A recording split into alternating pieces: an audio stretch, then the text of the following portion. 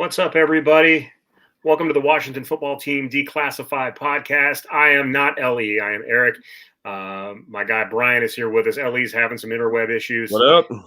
And we're going to try to get things rolling. Hopefully he can join us because he is really the glue that holds us together. That's we're just right. a couple of yokels. But we're going to muddle our way through it as best we can. Before we get started, everybody make sure you give us a like and subscribe on YouTube and or your favorite podcasting platform. Also, hop on there, leave us a review. That actually helps us. It boosts us in the rankings a little bit, gets us more exposure. And nobody likes exposing themselves more than Brian and I can tell you that much. Just not on the YouTube channel. Just not on the YouTube channel. There are. It's a family show. That's right. All right, we're going to get into it this week. We're going to talk a little bit about where we stand as a franchise in relation to the chip, what we all go for. That is a Super Bowl championship. First question: how close are we to winning a Super Bowl? And I'm going to let it go. I'm going to go with you first, Brian. How close are we to winning that chip? I would really love to say that we are close, that we can be there within a year or two. But that would just be, my fan side, just kind of looking through rose-colored glasses. I still think we are probably about 4 years. And mainly, a lot of that is still due to the quarterback position. We're still unsettled. We think that Carson Wentz is, he can be, maybe a short-term solution to our situation, but we don't know. He could fail here this year miserably, and we're right back to looking for another quarterback in the draft. And then when if you do get a guy, you still got to develop him. It still takes a year, 2 years before they are kind of full speed or, at a high enough level to kind of carry a team. So I still think we are, maybe short side 3 years, but 3 to 4 years away from legitimately being a championship team. Now, if we had that quarterback, if we had a Joe Burrow, it would be much closer. We would be like, yeah, we're there now. We can do it now. But no, 3 to 4 years. What do you got? 4 years. I'm going to go. I'm going to approach this from a little bit of a different angle. I will say that how close we are to a Super Bowl depends on how close Carson Wentz is to his form of 5 years ago. If he's able to get back to that level of football consistently, and who knows, maybe this offense suits him. It's a completely different system that he's run thus far in the NFL. It may be more suited for him. It's supposedly a more vertical passing attack. If he can accentuate his strengths and get back to that level that he was at in 2017 before he got injured, this team is much, much closer to a Super Bowl. If not, we are no closer than we were last year. We're a fringe playoff team, I think, with him at his level last year, just like the Colts were. You're looking at 9-8, 10-7. Of course, once you get into the playoffs, anything can happen. Maybe they sub him out for Taylor and, runs the table. Sam Howell could emerge. But, yeah, it really depends on Carson Wentz as far as I'm concerned because, this is a quarterback-driven league, and if you don't have a quarterback, you're not going anywhere. Carson Wentz has shown that he potentially could have been that guy, but it's been a long time since he did that. So, yeah, it depends on Carson. Yeah, no, you're exactly right. And to your point with this offense, I think this offense will be a good fit for him. Scott Turner's offense, I think, we talk on the podcast, right? Who does this offense feature? Is it the running back? Is it the wide receiver? Is it the tight end? No, this offense features the quarterback. There's a lot of manufactured throws, a lot of throws to the running back, a lot of wide receiver screens, bubble screens, RPOs, easy throws. So this is a quarterback-friendly offense. Scott Turner is going to give Carson Wentz all the easy options that he can take advantage of them. And yeah, it is up to Carson. He's got to take advantage of it. If he does, I think he can have a big year. And if he does that, then yeah, our chances of getting to that Super Bowl just go through the roof. But are we good enough to get to the playoffs? Sure. But are we good enough to do anything in the playoffs is my thing. And that'll certainly be up to Carson when he steps on the field here in another couple of months here. Yeah, it's very difficult to predict like a Super Bowl champion, but what you're really striving for is to be in that conversation, be in that group of 5 or 6 teams that is in the discussion of this team could win it, because it's usually one of those teams that emerge. It's a Kansas City, it's a Tampa Bay, it's a LA Rams this year. Buffalo is in that conversation. Those are the teams that you expect to be there. Washington has not been to the level where they can be in that discussion yet. if Carson Wentz can show, can he reemerge as a franchise type quarterback? Yes, this team could absolutely be in that discussion. He could take a lot of pressure off of that defense so that they don't have to execute perfectly and they can give up yards and touchdowns because we can match score for score. This is not going to be a team where the defense carries us to a championship like the Broncos all those years ago, or because we don't have a middle linebacker, frankly. So I don't, there's holes in that defense. They got exposed last year. We don't know what Chase Young is going to do this year. I think he's going to improve, but we'll see. Speaking of along those same lines, we've discussed how far we are. Are we moving in the right direction to win a Super Bowl as a franchise?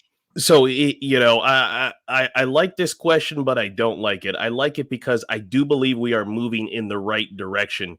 I don't like it because I believe we are moving at like a grandma's pace in the right direction. I don't believe we're moving fast enough. I think there are certain decisions that Rivera can make that would move us closer. I think there are certain, whether it's coaching decisions, whether it's personnel decisions that we could have made and or still make to move us faster in the right direction. I think there's certain things like our defensive line, the defensive line coach, there's, been some issues there with the players and how they get along. To me, that would seem to be a simple fix. We've got 4 first-round picks. We need more production out of them. They simply haven't produced. And if the players aren't getting along with the coach, we got to find another coach, defensive line coach, because that's too much talent not to be getting double-digit sacks out of a majority of those guys, as opposed to, essentially one guy getting those sacks. So I think we are moving in the right direction, but I think it could be so much better. We could be so much further along if given some different decisions by Rivera and his coaching staff and the front office as well, too. Some of the questionable draft picks. I mean, last year, trading up to take was it last year or the year before we traded up for Cameron Cheeseman? I mean, that still bothers me to this day that, that could have been a linebacker, that could have been a running back, that could have been an offensive lineman, whatever it is, but somebody a little bit more valuable than Cameron Cheeseman. But we are going in the right direction, but I think we could be going faster in that direction. What about you? The pace is a tad glacial. I'll give you that. Yeah. I think that I'm not sure that we're going in the right direction anymore. I think 10 years ago we would be going in the right direction, but the makeup of teams is changing now. The landscape, we're really turning into the NBA. Ellie's talked about it in the past, where we're really, you're seeing teams go out and recruit and get guys and just push the money down the road, and they get guys to fit up. Like, look at what the Rams are doing. They were just bringing in everybody. They're trading away all their draft picks. Yeah, that's the way teams are being built now.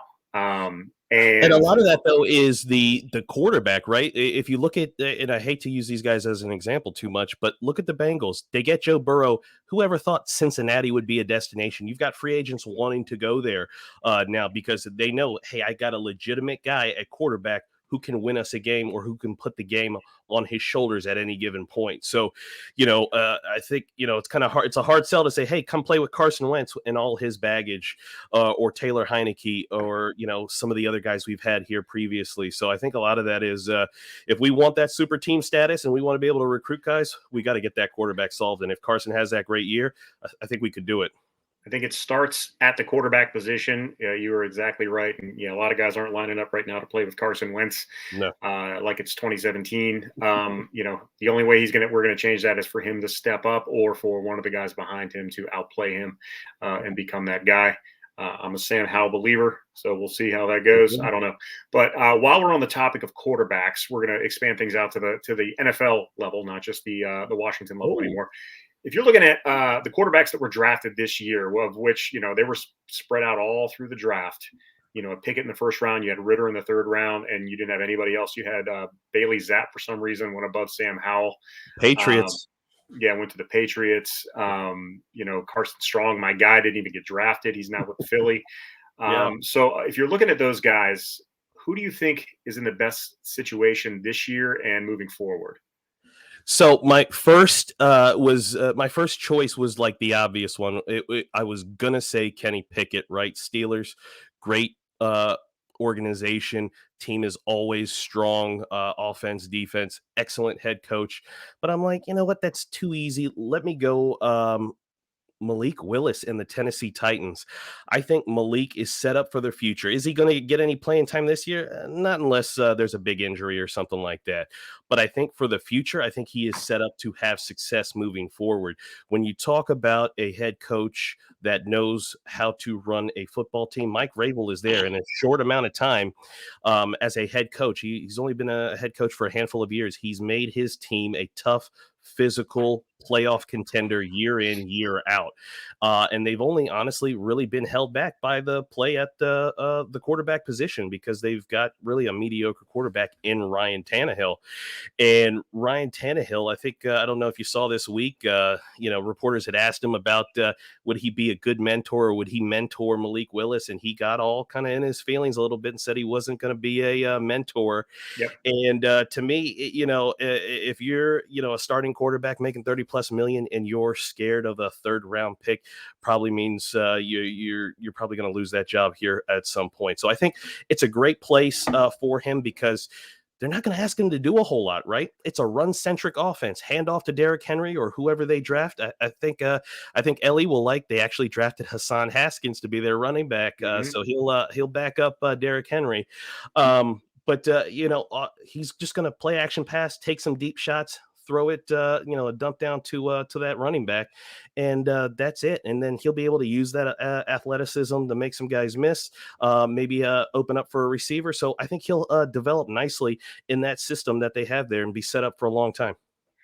Yeah, based on the interview with Tannehill this week, that's actually why I was leaning against Malik Willis, because I think it's just going to make it an awkward situation, and maybe those two being together isn't gonna play well. The chemistry may not be there. I don't know, how much Malik Willis needs a mentor from a starting quarterback, but just the fact that it's going to be weird at the beginning. I don't think the situation is just the tension is there from the start.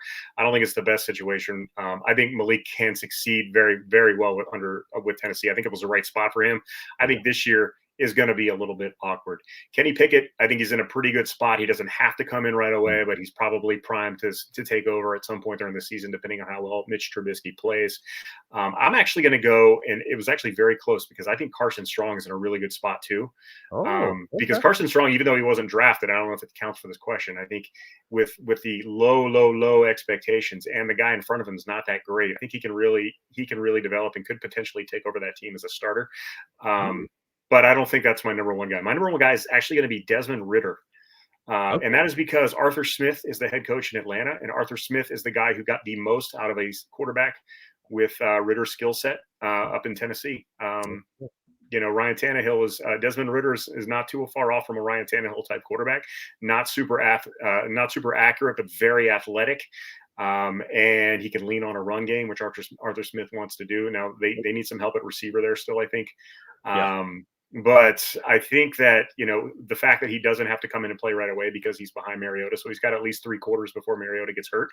He doesn't have to step in right away. And I think that Arthur Smith can get the most out of a quarterback with that skill set.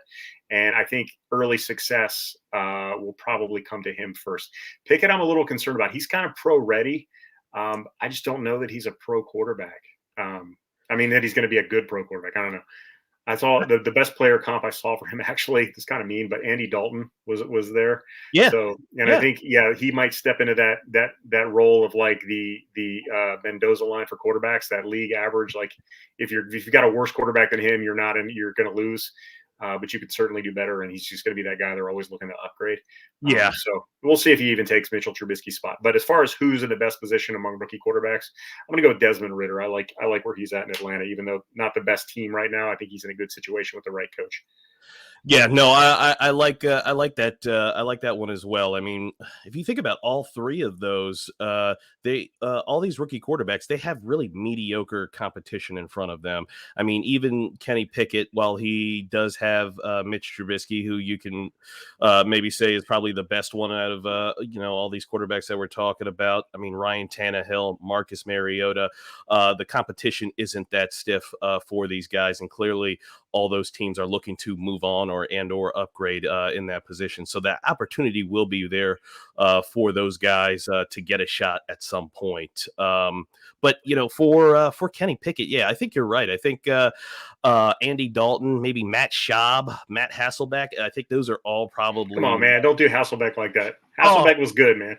Yeah, he was good. He was good. He was a well above average quarterback. Wasn't an elite, but he was He borderline top 10. Yeah, no, he was a good quarterback, and I think Kenny Pickett can do that. I think his thing will be getting the ball out of his hands quickly. If he does that on a consistent basis, because I think he can manage the game, go through his progressions. But if he can get the ball out a little bit faster than what he had to do at Pitt, because he didn't have to get it out that fast because he had a really good offensive line there. I think if he can do that, he'll be fine. Because that team in Pittsburgh, they already have a good defense.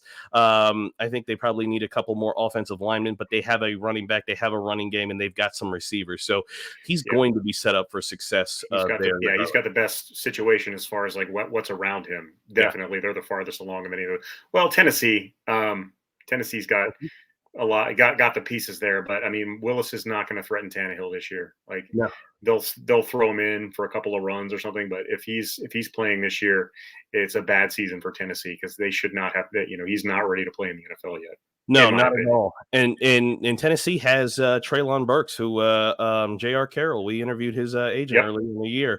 So hopefully Treylon has a good year because he is going to be the only receiver that they've got there in Tennessee. A.J. Brown replacement. Yep. Yeah, exactly. Where did Matt Corral end up? Does he have a shot in Carolina? Carolina. I didn't even think about him. I mean, Carolina is just kind of a mess. Oh yes, they've hitched their wagon to Christian McCaffrey, and you just can't do that. He's got a lot of miles on him. The injuries are going to start piling up. Like, I don't think. I mean, he's already missed the better part of the last 2 years. I just don't think that is a good situation. Although being drafted where he was, but if the leaks about his test score and his interview, how well he did in the interviews, you've got that Johnny Manziel level, like, I don't care, party guy kind of stuff going on with him. We'll see. I mean, he could be unbelievable, or he could be just a train wreck. I'm leaning toward train wreck at this point, although I did like him a lot in college. My thing with him is just he has to fix the way he runs, because he runs like he's Cam Newton, and he's built like he's he's very thin, and he's a little guy. A defensive lineman hits him, he's going to be out of the game. Like, that's going to happen. Shown no desire to not protect himself. Like, he puts his head down, and he's going to have to fix that if he gets in the games at all. I think he could be better than Sam Darnold. He's a very good passer, like very accurate, got a really good release. Throws probably the best ball of any quarterback in the draft. Like, he was really legit passer. I just have really concerns about his durability in the NFL unless he learns how to slide and protect himself. The one thing he's got going for him there in terms of opportunity to play is that the only guy ahead of him is Sam Darnold. And from what we've seen from Sam Darnold, he'll give up the job. Sam Darnold, with his play, he may have 2 or 3 games where he looks, pretty decent, but then he'll have 4 or 5 games where he looks awful. Yeah, he plays himself out of it every year. Yeah, exactly. So he'll get a chance. I have no doubt about that. My only question with Corral, and this, I'm probably biased. I'm not a Lane Kiffin fan. Right. I'm not a Lane Kiffin believer in his offense, and by that, I'm not a big believer in Matt Corral and being a product of that Lane Kiffin system. So that was really my big kind of knock on him. But you're right, he has a legit arm. Like, he's probably one of the stronger arms in this particular draft. Him and Malik together are probably the strongest arms. But he's going to get a chance to play. But that team is a mess. And they have an impatient owner in David Tepper, and you've got a head coach who's probably his last year, or he's on the hot seat there in Carolina. So, that sounds all kinds of disaster there for those guys. And, of course, we would be remiss if we did not mention our guy, Sam Howell, and the situation he's walking into with the Washington football team / Commanders. I'm happy that we have Sam Howell. I think the tone of the draft changed dramatically when they took him in the 5th round, in my eyes anyway. Like, I just went from this being a meh to like, wow, we've got a potential, because I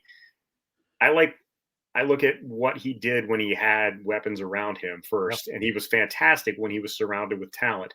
And then I look at what he did when the guys weren't around him, and you saw a different aspect of his game. The dude rushed for almost 1,000 yards last year, and that gets left, people don't talk about that as much, but he showed what he can do. He's an accurate, mobile quarterback, and he's got a big arm, throws a great deep ball. And, with no pressure on him whatsoever to play because he's, clearly number 3 right now. Yeah. And he may look better in camp than Taylor Heineke because Taylor Heineke's has never really looked great in practice from every report and from when I was at camp. Like, he never looked good or sharp, but he plays well in games, and you know what you're going to get with Heineke. He's going to run around and make plays.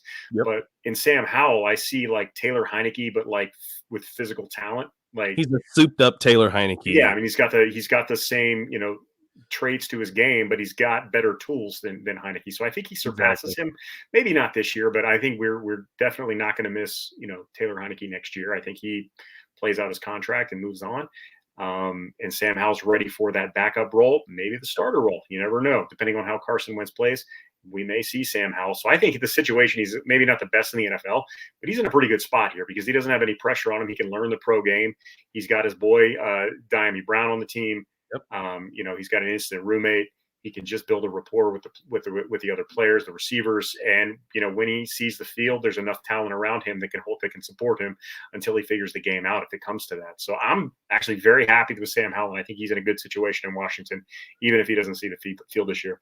Yeah, no, I agree. I've liked Sam Howell since last year, looking at these quarterbacks. And shout out to Coach Longo, the offensive coordinator at UNC.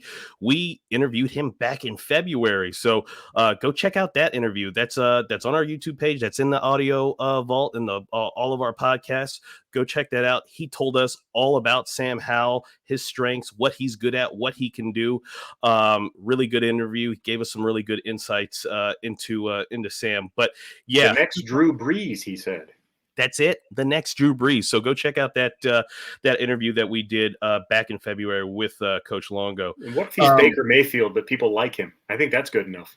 Exactly. Absolutely. Like, people don't, his teammates don't hate him, and he plays to the level of Baker. Yeah, I'm fine with that too.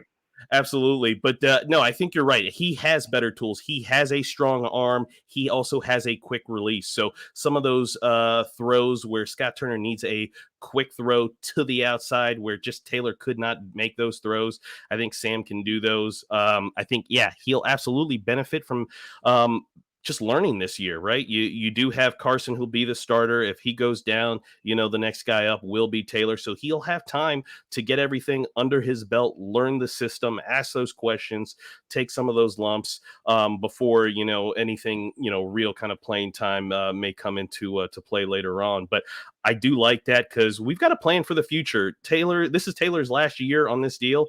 And if Carson fails this year, the team will move on from him, and where will we be left at? Trying to fight for position in the draft next year. So this gives us at least a possibility, not an answer, but a possibility for the future. And I like it because you get a guy who had been talked about in the first round for a majority of the draft process. Maybe the last couple of months, people started to sour on him in terms of his evaluation, and he fell. Right, it's not like we're talking about a 7th round quarterback that we're thinking can do something a little bit more. This guy was legitimately a 1st round prospect for a majority of the process. So I really like it, and I really like what he may be able to do in the future. So why do you think the quarterbacks fell like to where they did? We pick it in the 1st round, and nobody else after that went high. Do you think that's a product of them not being that good, or do you think it's because everybody had kind of solved their quarterback issues going before the draft?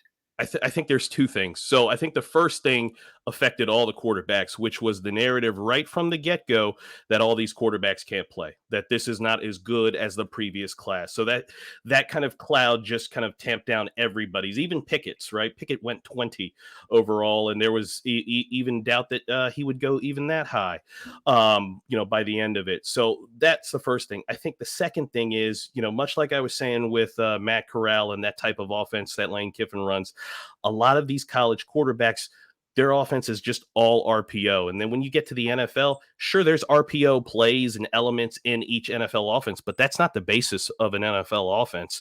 You've got to go through your progressions, where in college, 90% of your offense is the RPO based scheme.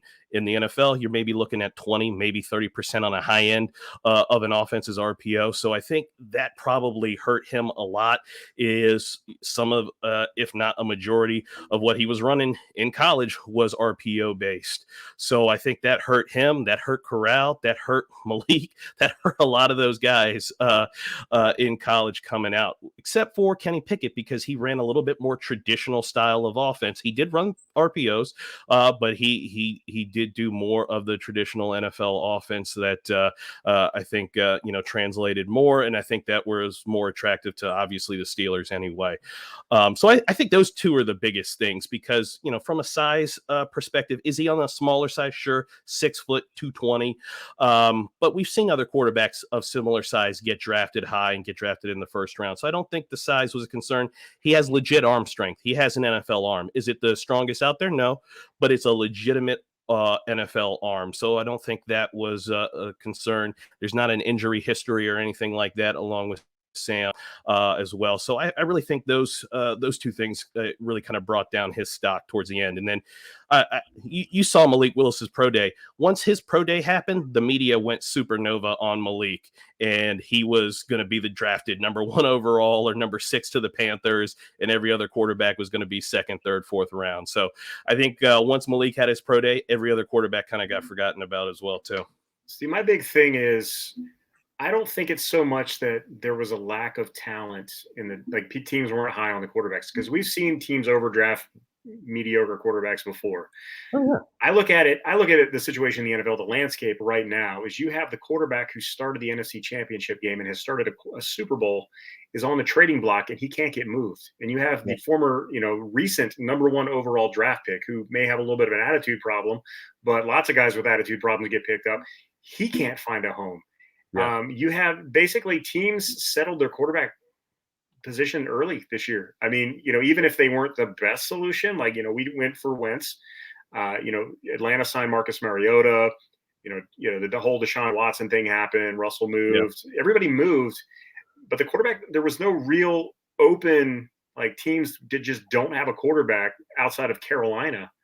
That what teams didn't have at least an option at quarterback that's a viable NFL starter at this point, leading up to the draft. Now, some of that may have been because the draft class wasn't, perceived as being the best draft class. But I mean, I look at Garoppolo, the guy, there's no reason that guy shouldn't be an NFL starter somewhere. And there's no reason some team shouldn't have traded for him, but everybody was pretty much settled at the quarterback position. And once the Deshaun Watson and Russell Wilson dominoes fell, those guys should have moved, and they didn't, because most teams knew what they had at quarterback and were mostly content. So I don't think, this was just a weird year for the quarterback draft. The talent pool, some of it, but I think in any other year, those guys all would have gone by round 3. I don't think anybody, there's not another year in recent memory or in the future where Carson Strong doesn't get drafted. I mean, even as a 5th, 6th, 7th rounder, the guy gets drafted.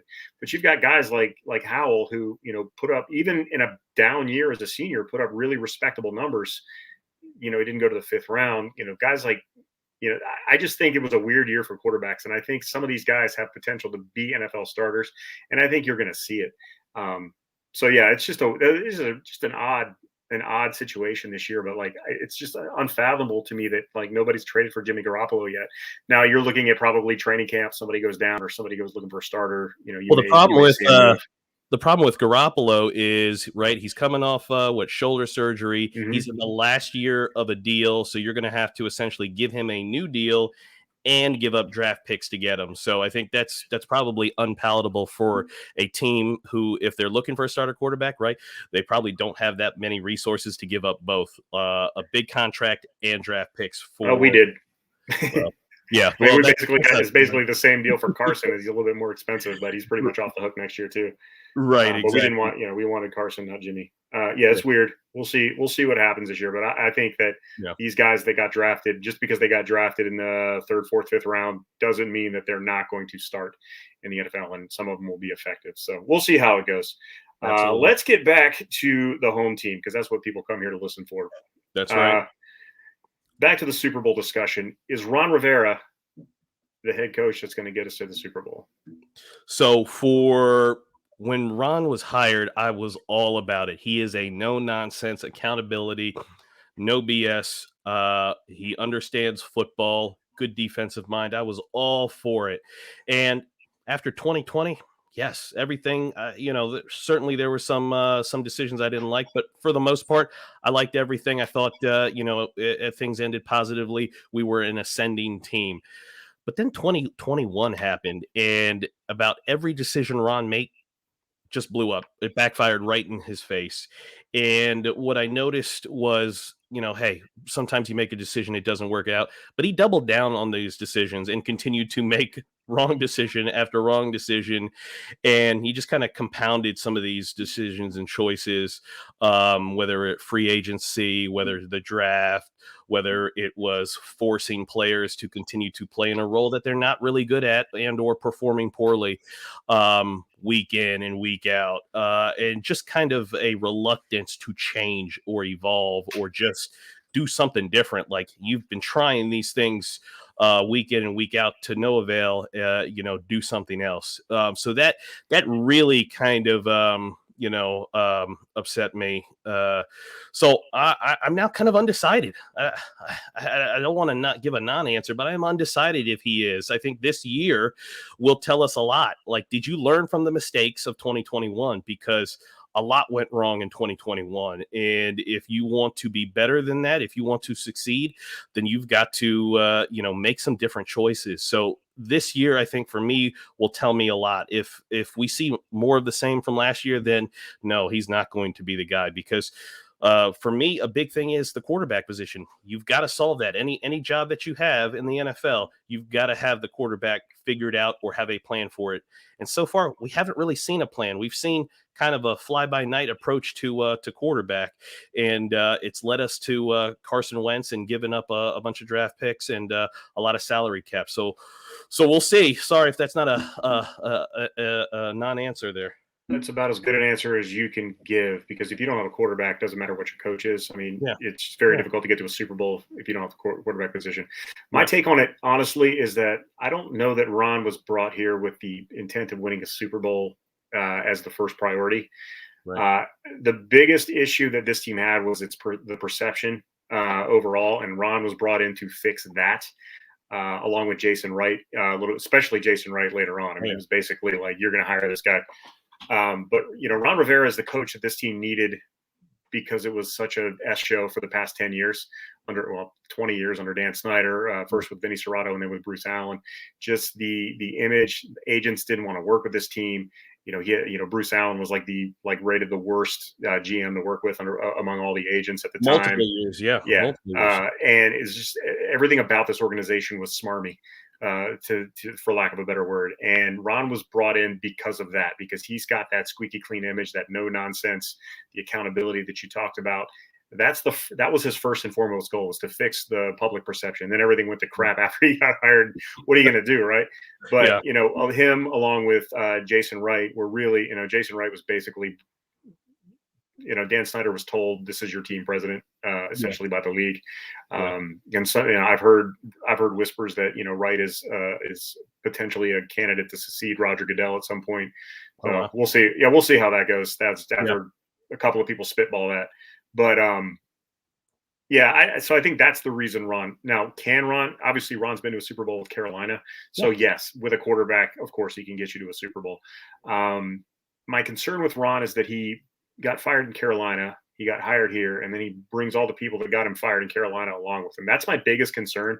I understand being comfortable with the people that you're working with, but it clearly didn't work the last time. So why are we doing this all over again? Maybe it'll work. I don't know.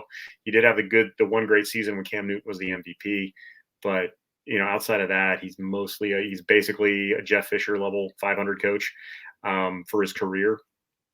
So I don't know that he's the guy that we win the Super Bowl with without a quarterback. If Carson Wentz can, return to that MVP level play, sure, he can get us there. But I don't know that he's that guy. I heard a good example for Ron Rivera. And I at first I thought it was kind of silly.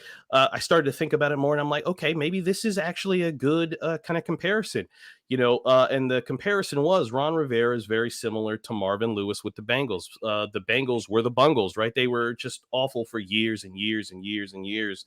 Marvin Lewis comes there, and they're actually respectable. They're actually winning the AFC North for several years, getting to a playoff game. They lost all those playoff games, but they still got there after being, double-digit losses every year, year in, year out.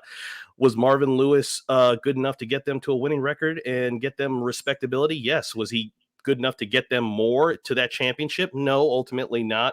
They still haven't got there, but they got a little bit closer in the next jump that they made with a head coach, but more importantly, with the quarterback. They found the quarterback, and that really elevated their program. So, and I'm not suggesting that Ron needs to go. I really like Ron, and I want him to work out because I think he can do it. But he's really got to make some different decisions here this year, and try to go about this whole season of winning games a little bit differently. Otherwise, it's going to be tough sledding this year.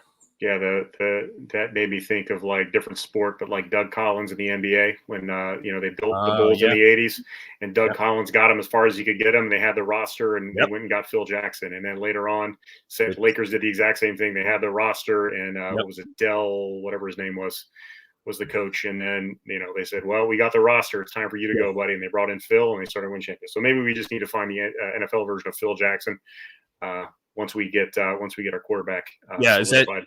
Is that Byron Leftwich, Bieniemy? Who else is out there? What other up and coming young offensive? I'm actually very intrigued by Byron Leftwich. Like I love what he's done with obviously he's got Tom Brady, but even with Jameis Winston, he was effective, and Winston just is a turnover machine. So Byron Leftwich, I would be really excited if he's a DC guy. He's from the area as well. I think that that would be the logical next step, right? You had a defensive guy. He got us to kind of respectability, and then that next forward-thinking type head coach to push us over the top. So maybe that's where it ends up. But, I would not be mad if Byron Leftwich was our head coach. Could completely blow up on our face because he's never done it before. I actually like him more than I like Bieniemy. I just think that Bieniemy has the Andy Reid effect. There's a lot of guys that have come up and look great under Andy Reid and then gone and fallen on their faces. Brad Childress and Matt Nagy and those guys. So I'll go with the Arians tree just because we haven't seen it yet. So if things don't work out for Ron, if Byron Leftwich is our next guy, I ain't going to be mad at that at all. No, not at all. I would like that as well too. So looking at this year's roster, what we got going in, obviously we don't know what it is finalized yet, but what's the blueprint to get to the Super Bowl this year, do you think, for this team? Say 2022 or bust as far as the Super Bowl goes, because this is our only real year with Carson Wentz. Guaranteed. I think what we have to do is we really have to go all in offensively, because I don't believe that the defense, regardless of whether the roster is finalized or not, I don't think that the defense is going to be at a top 5 level that we can count on them to shut people out. Are they going to be better? Yeah, I think they'll probably be a little bit better, sure. But I don't think they're going to be at that level that we can consistently rely on them. So we're going to have to play to our strength, which is offense. In particular, we have an extremely good offensive line, and we actually added 2 veteran starting guards to the offense. I know everyone gets upset when Ron hires signs former Panthers, and I get upset too, because I'm like, there's other good free agents out there, but Andrew Norwell and Trey Turner, those are 2 starting NFL guards. And they signed here for essentially next to nothing to play here under an offensive line coach who's one of the better in the league, in John Matsko, and somebody who they've played for before. So there's familiarity. How do you say that? Familiarity. Good word. There we go. There's that there with them. And I just think our offensive line is going to be such a strength. We need to lean on them to win games. And what does that mean? Run the football. Let's do it. We drafted a running back in the 3rd round. Who I love, by the way.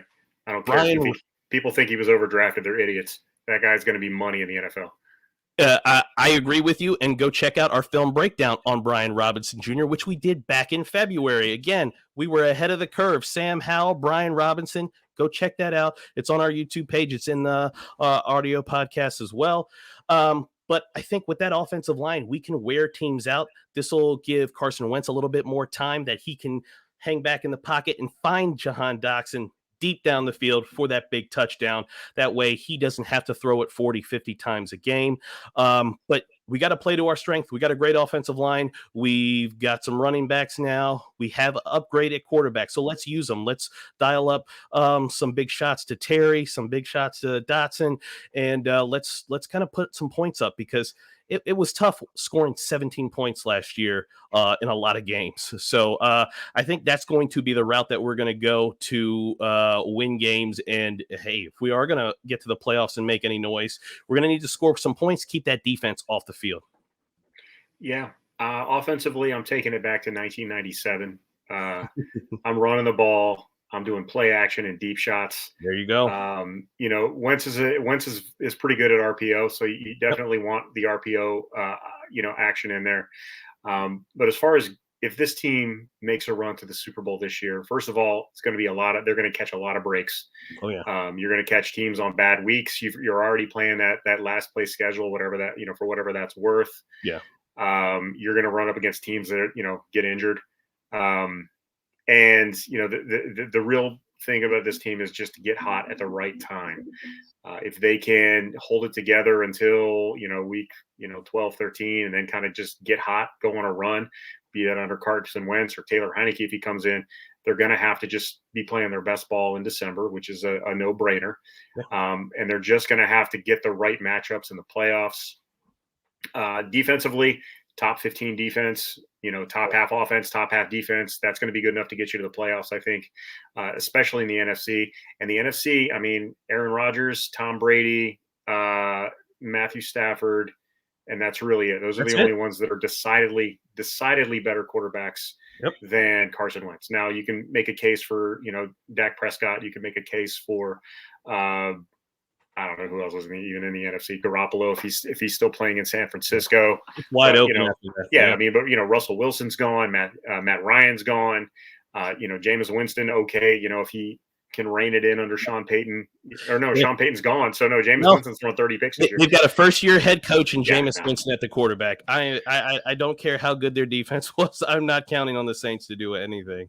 With that. But you're right. The NFC is wide open. There's some teams at the top that we know will be there, but after that, it's wide open. So there is opportunity there for us. And I think, Eric, you made a good point. We've got to catch some breaks and capitalize on some things. There were games last year, and specifically there was the Chiefs game where we were up on the Chiefs at halftime because the Chiefs had given us 3 turnovers. Like, if an NFL team gives you 3 turnovers, you should beat them.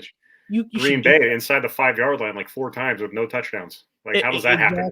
Exactly. So to me, that shows that the ability is there, but whatever was going on, execution, not lack of focus, that all has to change. There's no more fooling around. They've got to capitalize on those things. And if a team gives you a bunch of turnovers, you've got to put them away. We put away Tampa Bay with that great drive, and we've got to do that more consistent. I think if we were able to do that more consistently last year, we could have picked up easily another 2, maybe 3 more wins. But we didn't. We weren't concerned with winning last year. Too many things, and we let a lot of games slip away just from being a sloppy football team. Quarterback play, just there was easily 4 wins that we left on, or 4 games that we could have, 4 very winnable games. I'm saying we would have won all 4, but you look at both Philly games, you look at Green Bay, you look at the first Dallas game, especially, even though Micah Parsons took over. This team really had a chance in the second half, but Heineke got benched. Had the quarterback been better, that game could have gone the other way. Like you said, we were up on Kansas City. San Diego was a winnable game. Those are, absolutely. There are a lot of games that we could have won with better quarterback play last year. Carson Wentz is better than Taylor Heineke. I'm not being controversial by saying that. That's just a fact. Carson Wentz is a better quarterback. Nothing against Taylor Heineke. He makes the most of what he has. He's a backup quarterback in the NFL, and I love him as a backup. I don't say anything bad about him. I was on the Heineke train all last year. He's a good backup quarterback. He should not be starting every week for you. Carson Wentz is better.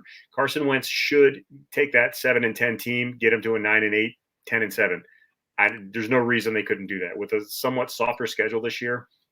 I'm not, Philly may regress. Philly had a good draft. They made a lot of nice moves in this offseason, but they should not have been a playoff team last year. Washington should have beat them twice last year, honestly, had it not been for COVID and Taylor Heineke.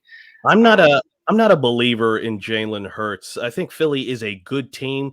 They've got a good run game. I think they've added a lot of pieces offensively to help Jalen Hurts in terms of the pass game. I think the trade for AJ Brown is a big one there, but I don't know if you add more receivers, if that helps Jalen. I don't think his pass game, I don't think is going to progress any more than what it has. Philly's a poor man's Baltimore. Exactly. Lamar Jackson, but Baltimore's figured it out. Baltimore doesn't surround Lamar Jackson with great receivers. They just traded Hollywood Brown because Lamar Jackson is the focal point of that offense. Philly should follow suit. Jalen Hurts should be the focal point of that offense if that's what you're going to do. Except he's not as good as Lamar Jackson. No, I think Jalen Hurts Jalen is better than I thought he would be at the NFL level. So props to him for that. But I don't think he is a top-notch NFL quarterback. And you're going to have to disguise him much like they did last year with the running game.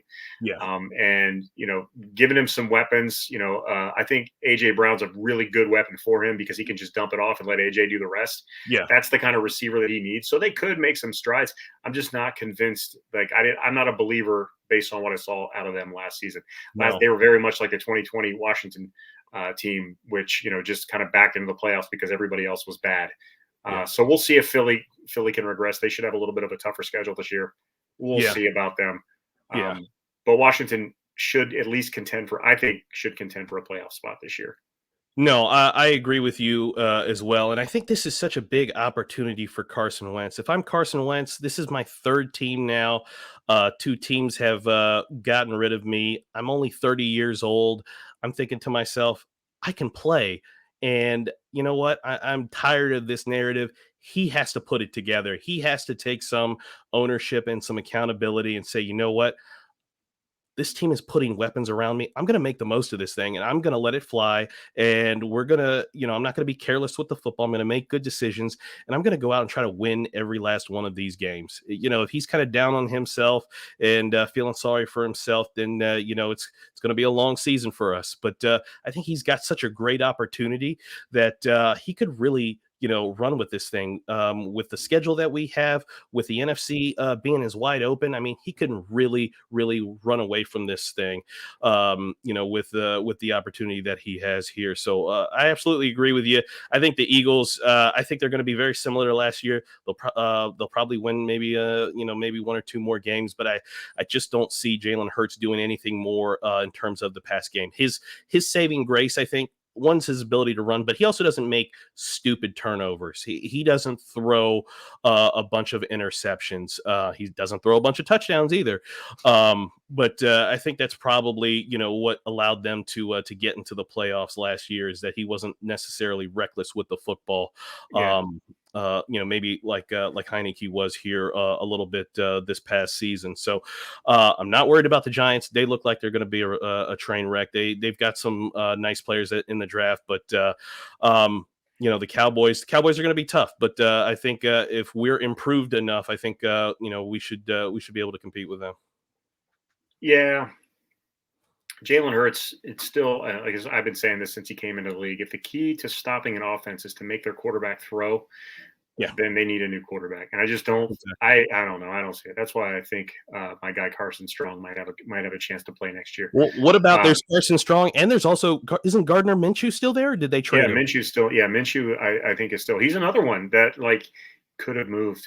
Yeah. What is it with, like, Minshew is like I swear he's the new Ryan Fitzpatrick. Like, he's just going to be that dude who everybody loves, who Exactly. comes in and lights it up and then plays like garbage for the next 3 weeks. That's Minshew. Yeah. He's like Fitzpatrick can retire now because his place is, Yeah. his His role has son been has taken fulfilled. over. Yeah, Yeah. Gardner Minshew is that guy, but he's a viable starter for most teams, or for a lot of teams, and he's still in Philly. I don't even know if he was on the block or if he requested it. I didn't hear anything about him this year, but No, yeah, um, he's there. You've got your guy Carson Strong, and so Jalen will be up against it because they made some moves. They've got some wide receivers there. So if he struggles, I got to imagine they bring one of those guys in quickly. yeah, I forgot all about Minshew, man. That's crazy. Yeah. Yeah. So anyway, that's it. So I've got Commanders 31, Chargers 23 in the Super Bowl next year. What's your prediction for the Super Bowl? For the Super Bowl, I'm going Commanders 42, MVP season for Carson Wentz against the Denver Broncos 28. We take Oh, it. We you take got it faith all. in Russell? No, Yeah. Justin Herbert's my dude, man. Oh, he should have. I like what the Chargers did on defense. They got Khalil Mack, and they've added a couple of guys in through the That draft. division is loaded. Oh, Like, that's it's gonna be quarterbacks tough. and edge rushers all over the place in that division. It's gonna be crazy. It's gonna be fun to watch next year. Yeah, Much better than the NFC East. it's gonna be tough. Before we wrap up, any thoughts on these draft picks that we added? Now that we've had a week, I think a week now to kind of digest who we got. Yeah, looking back, we kind of gave what is his name? Fidarian Mathis. Fidarian. So Fidarian, we gave him a hard time Hopefully- last week because that was happening like as we were on the air. We saw That was that live. come That was through. live react. Yep. So we were a little rough on Fidarian, and I Yeah. apologize for that. Once the draft unfolded, you could kind of see the strategy. Yeah. It was the anti-Jamin Davis that they were going for. They were going for guys who have played a lot, and have showed improvement every year, and that's what they did. So with Dotson, with Matthews, with Brian Robinson, with Sam, basically all their picks are 4-year guys, seniors or fourth-year juniors. Yeah. And they've all played a ton of football, and they're all for the most part ready to step in this year, and they're going to fulfill roles. So that I respect this front office for. I get what they're doing now. We'll see if it works, because I think they maybe passed up more potential for more of a sure thing. Yeah, but there's more. There's a lot to be said for that. You're hedging your bets. Yeah. So yeah, we'll see how it works out. Some of these guys might blow up. Some of these guys, some of the guys we have may not pan out, but I think the strategy was sound in what we're doing. We're trying to field a winning team and surround Carson Wentz with as much talent as possible. So I'm okay with the draft. I didn't love it, but I'm not going to crap all over it like I was doing last week, because that was mean. So sorry, Fidarian. Yeah, no. After digesting it for a week, Ron Rivera had an interview with Julie Donaldson this week, and he said exactly what you just said, Eric. That in 2021, the draft picks they went more for projection, right? They took guys who had high end athletic traits, but maybe needed more time to develop, and it backfired on them, right? Like, essentially, John Bates and Sam Cosmi are the only ones who showed that they could probably start. The rest of the guys need work, a lot of work. So this year they focused on just what you said, the guys who were seniors, 3-year starters, or played a ton of games, who could come in and contribute right now. And Rivera went through and broke down each of the players. I won't go through it right now because I know we're going to do that, in another pod. But to Fidarian's credit, and so because we gave him a little bit of a hard time, but to his credit, and this is something I think was true, because if you remember in the Eagles game, we got pushed around on the defensive line. They ran on us. Dallas game, they ran on us. Ron said, one of the reasons they liked Fidarian is he is strong at the point of attack. He does not get pushed around. He will hold his ground. He will push other people around, but he will not get pushed around. And saying that, about a rookie coming in when you have the guys on our defensive line that we have, I thought was a pretty big statement.